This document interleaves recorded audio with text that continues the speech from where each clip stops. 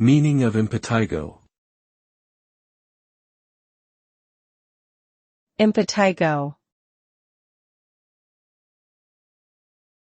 Impetigo. Impetigo. Impetigo.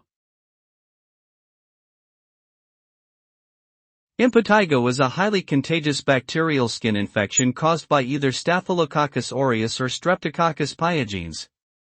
It is characterized by the formation of blisters, pustules, and yellow or honey-colored crusts that typically develop around the mouth, nose, and hands.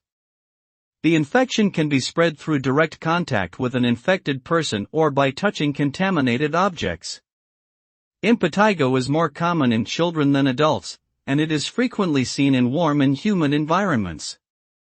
Treatment usually involves topical or oral antibiotics, and good hygiene practices can help prevent its spread.